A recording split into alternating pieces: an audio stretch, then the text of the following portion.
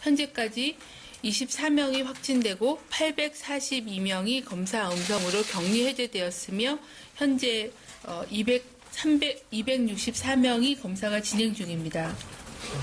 확진자의 접촉자는 총 1,386명이며 이 중 1,083명이 자가격리가 진행 중에 있습니다.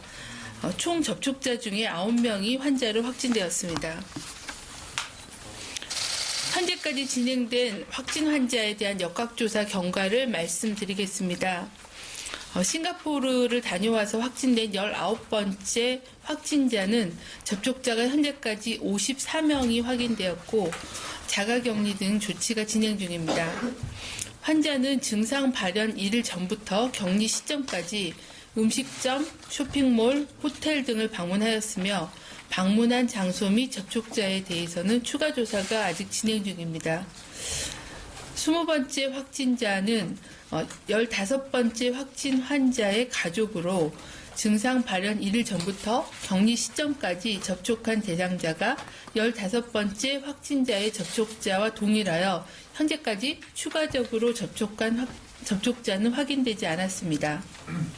자가격리 중에 격리가 돼서 추가적인 접촉자는 발생하지 않았습니다. 21번째 확진자는 6번째 확진 환자의 지인으로 현재까지 접촉자는 7명이 확인되어 자가격리 등 조치 중입니다. 환자는 증상 발현 1일 전부터 격리 시점까지 교회 등을 방문하였으며 방문한 장소 및 접촉자에 대해서는 추가 조사가 진행 중입니다. 22번째 확진자는 16번째 확진 환자의 가족으로 현재까지 확인된 증상은 없으며 접촉자 1명은 검사 결과 음성이었습니다. 23번째 확진자는 중국 우한시에서 1월 23일 국내로 입국한 자로 우한 입국자 전수조사 대상자였습니다. 역학조사 결과 환자는 2월 3일부터 증상이 발생하였으며 증상 발현 1일 전부터 격리 시점까지 백화점, 대형마트 등을 방문하여 현재 추가적인 조사가 진행 중에 있습니다. 신종 코로나 바이러스 진단 검사 시행과 관련하여 몇 가지 안내 말씀드리겠습니다. 현재 지역사회 유행이 광범위하게 발생하고 있는 국가는 중국입니다. 그 외의 국가에 대해서는 아직까지는 광범위한 지역사회 유행이 발생하고 있다고 판단하기에는 정보가 제한적이므로 의료진께서는 의사 환자를 분류할 시에는 해외 여행력뿐만 아니라 위험 요인에 대한 노출력, 임상 증상을 종합적으로 판단해 주시기를 당부를 드립니다. WHO 통계에 의하면 지역사회 감염자가 보고된 국가의 정보들이 있습니다. 그런 지역사회 감염이 발생한 국가를 중심으로 해당 국가 여행 시 호흡기 증상이 있는 사람과의 접촉, 지역사회 유행이 발생하고 있는 중국인 참석이 많았던 행사 참석 여부 등 역학적 연관성과 원인 불명의 폐렴 등 임상 증상을 고려해 주시기를 당부드립니다. 병원을 내원한 환자분들께서도 막연한 불안감으로 검사를 받으실 필요는 없으며 담당 의료진의 전문적인 판단을 신뢰해 주실 것을 부탁드립니다. 아울러 현재 검사 가능 건수가 이들 3,000여 건이고 순차적으로 검사 기간을 확대해 나가고 있는 만큼 당분간은 검사를 원하는 모든 국민들께 검사를 적용할 수 없는 상황에 대한 이해도 부탁을 드립니다. 아직까지는 가장 고위험 지역은 중국입니다. 중국을 다녀오신 의심 환자들께서 우선적으로 진단검사를 받으실 수 있도록 국민들의 협조를 부탁을 드립니다. 의료기관은 각 진료 단계별로 내원 환자의 해외 여행력을 철저히 확인해 주시길 바랍니다. 또한 원인 불명의 폐렴이 발생하는 경우 중국 여행력이 없더라도 의사의 판단에 따라 감염증 배제를 위한 검사를 시행할 것을 공고드립니다. 최근 14일 이내에 중국을 방문한 뒤 입국한 경우는 가급적 외부 활동을 자제하고 손 씻기, 기침 예절 준수 등 개인위생을 철저히 하면서 발열, 호흡기 증상 발현 여부를 면밀히 관찰하면서 이러한 증상이 있을 때는 선별진료소의 진료를 받거나 1339에 상담해 주실 것을 당부드립니다. 접촉자 관리 조치 강화에 따라서 자가격리 대상자 숫자도 증가하고 있습니다. 자가격리자께서는 격리된 장소 외의 외출은 삼가하고 가능하면 화장실 등이 있는 독립된 공간에서 혼자 생활하며 침구류 등 개인 물품은 별도로 사용하셔야 합니다. 함께 지내는 가족은 격리 대상자의 공간에 출입은 삼가하고 개인 물품은 반드시 따로 사용하며 격리 대상자와의 대화할 때는 반드시 마스크를 착용하고 2m 이상의 거리를 둔 상태에서 대화하는 것이 바람직합니다. 국민들께서는 감염병 예방을 위하여 손 씻기와 기침 예절 준수해 주실 것을 당부를 드립니다. 부침 2와 부침 3에 대해서도 추가적으로 설명을 드리도록 부침 1에 대해서 잠깐 추가적으로 설명을 드리도록 하겠습니다. 부침 1에 있는 8쪽에 있는 그래프는 현재까지 진단된 24명의 확진 환자에 대한 일별 발생 현황 그래프와 기본적인 통계에 대한 것입니다. 확진자의 성별은 남자가 14명으로 58%이고요. 연령별 분포를 보면 60세 이상은 1명입니다. 대부분은 50대, 20대, 40대가 골고루 분포되어 있습니다. 확진자의 국적은 4명이 중국 국적이고 나머지는 한국 국적입니다. 확진자의 외국 방문 여부는 외국을 다녀오시지 않으신 국내에서 발생한 환자는 현재 8명입니다. 11명이 중국 여행과 관련이 있고 태국 2명, 싱가포르 2명, 일본 1명입니다.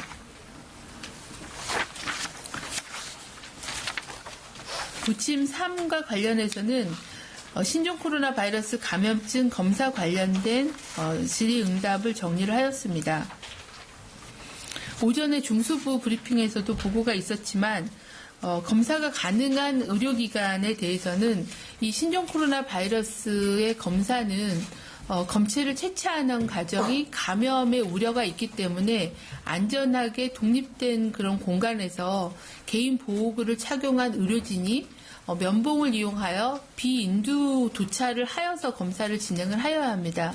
그래서 검사를 하는 과정이 좀 통증이 있으실 수도 있고 또 이런 감염 예방에 대한 조치가 필요하기 때문에 일반적인 의료기관에서는 검사를 받으실 수가 없습니다.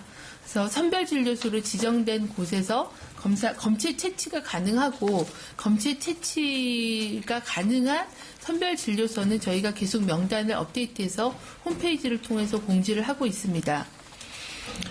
선별 검사를 수행할 수 있는 검사기관은 현재 46개가 지정이 시험 정도평가를 통해서 선정이 되어 있습니다. 하지만 선별진료소에서는 자체 검사가 가능한 기관은 자체 검사를 수행하시고요.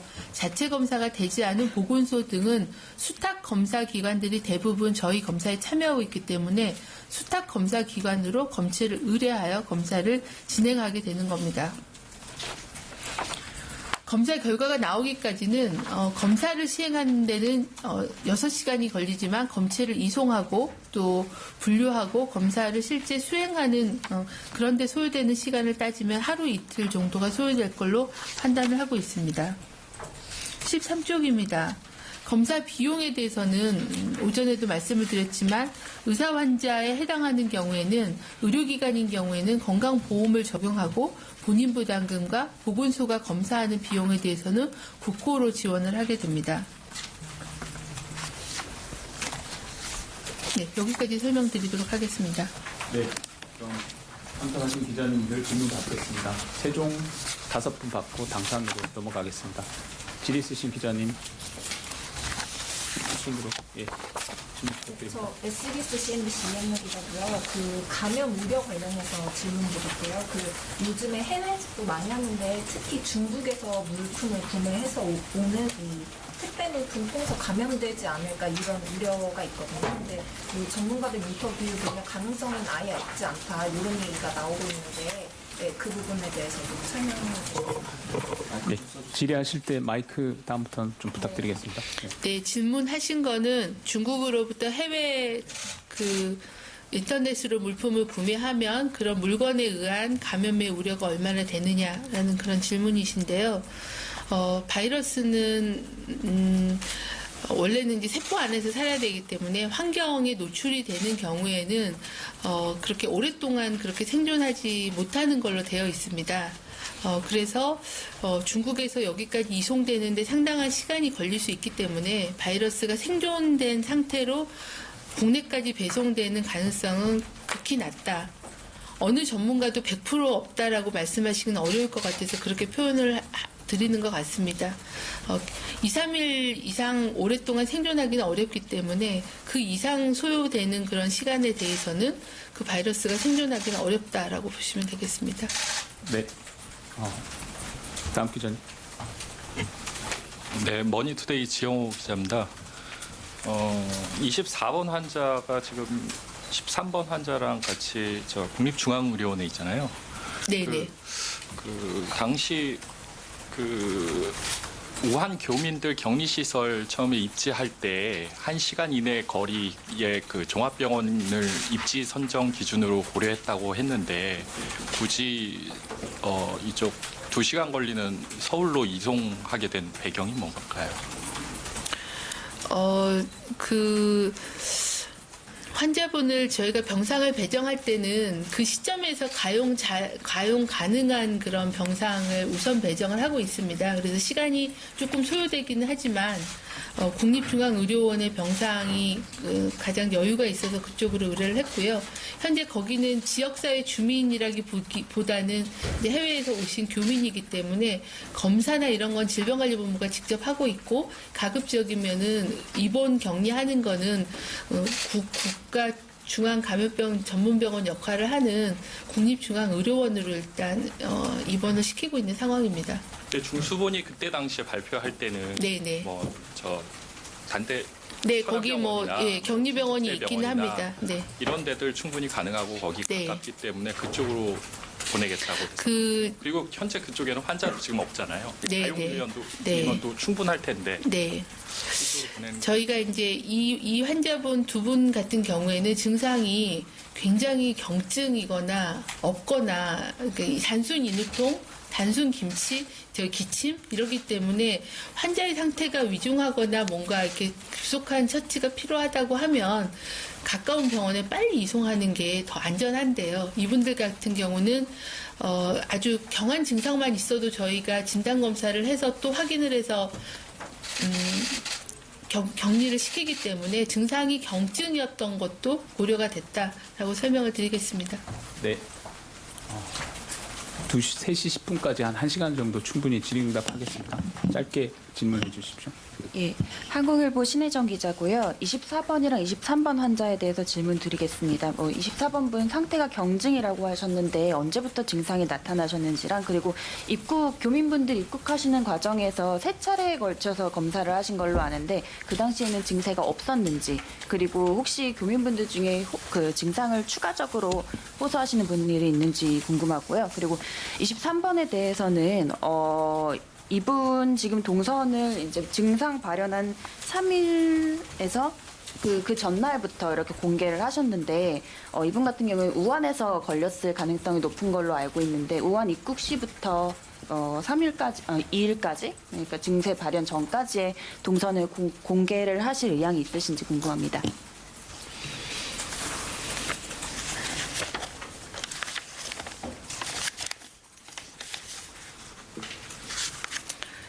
그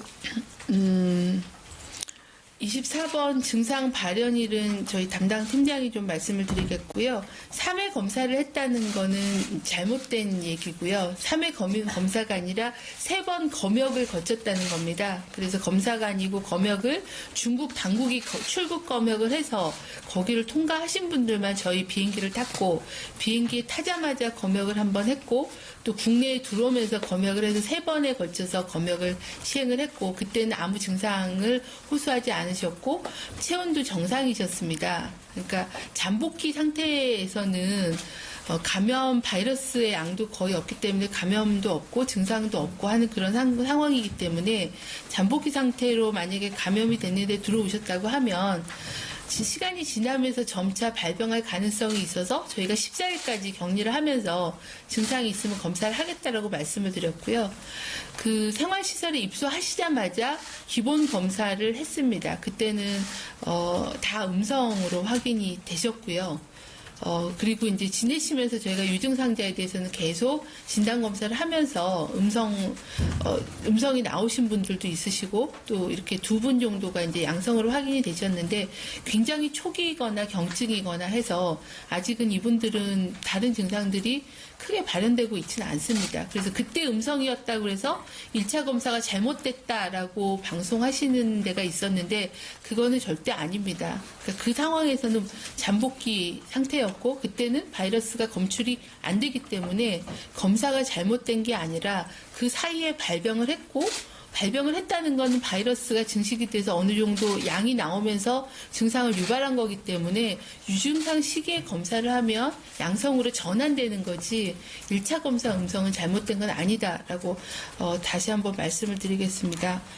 추가 증상자는 저희가 14일 동안 모니터링을 해야 되고 이분들도 뭐 콧물이 있기도 하고 뭐 몸살이 있기도 하고 그런 증상들이 있으실 수는 있습니다. 그럼 그 안에 의료진이 같이 있고 역학조사를 담당하는 인력이 있기 때문에 거기서 필요한 검사들 뭐 조치들을 시행을 하고 있습니다.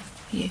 그리고 23번에 대해서는 저희가 이제 발병 하루 전날부터 이렇게 동선을 밝히고 있어서 그 전 동선에 대해서는 불필요한 그런 불안감만 더 드릴 거라고 저희는 생각을 합니다. 왜 그러냐면 저희가 정보를 공개하는 이유는 그 감염병 환자의 정보가 일반 국민들의 감염병 예방에 도움이 되는 그런 정보를 드리도록 되어 있기 때문에 그 점은 양해를 해주시기를 바랍니다.